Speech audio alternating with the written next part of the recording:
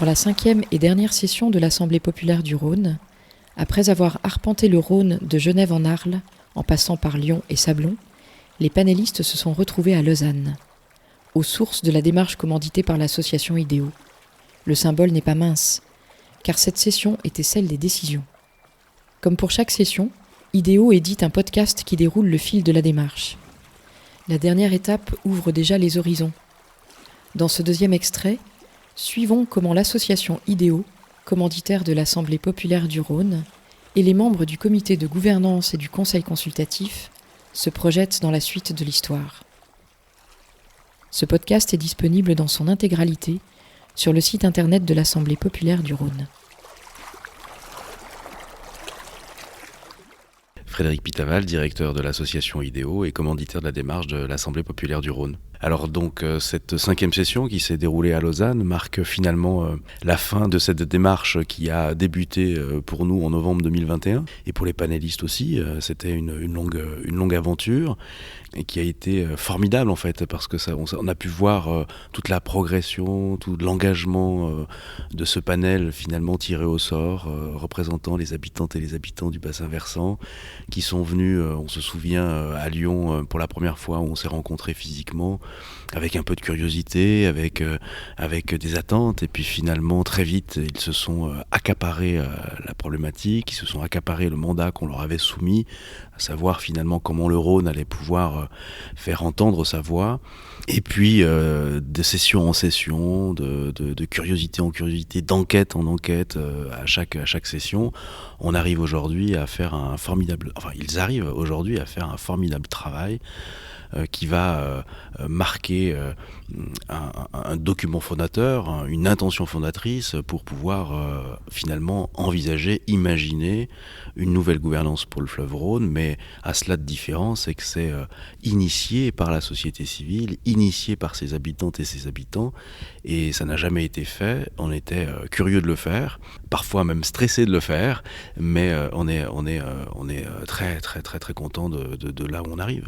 Eh bien, je m'appelle Guy Culza, je suis membre du conseil consultatif.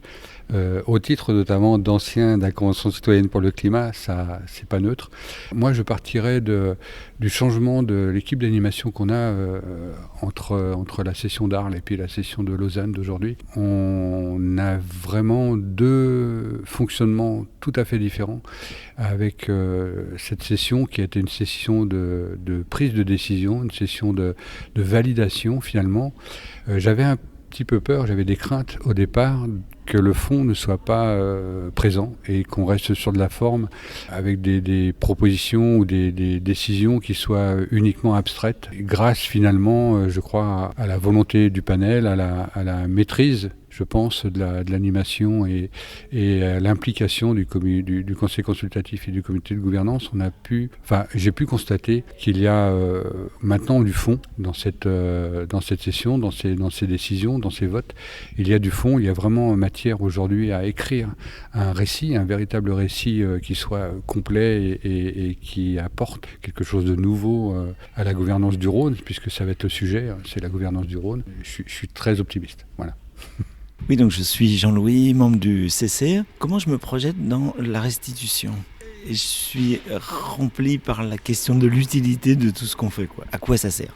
Et si je me mets à la place de quelqu'un qui va venir assister à la restitution, il peut avoir une curiosité. Les gens, je pense en général, quand on leur parle de l'APR, ils ont une espèce de gourmandise. C'est quoi ce truc ? C'est étonnant, c'est excitant, qu'est-ce que ça peut bien donner ?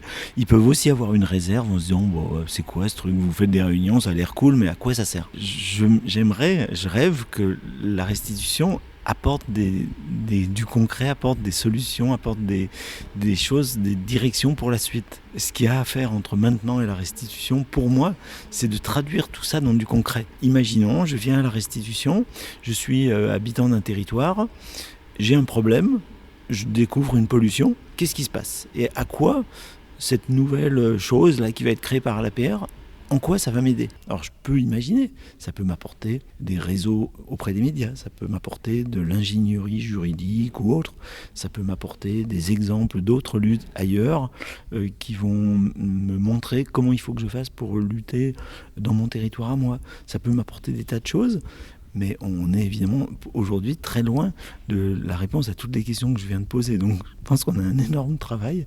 Je sais très bien aussi que toutes ces questions ne seront pas résolues d'ici le 15 mars. Mais je pense qu'il faut qu'on aille vers au moins des esquisses de réponses. Caroline, membre du conseil consultatif. Comment je me projette sur cette restitution qui se prépare ? Pour moi, il y a plusieurs temps. Le premier temps, c'est un moment de mise en récit de cette trajectoire, du parcours qui a été réalisé par les participants, de l'enquête et des enquêtes finalement qu'ils ont pu réaliser étape par étape.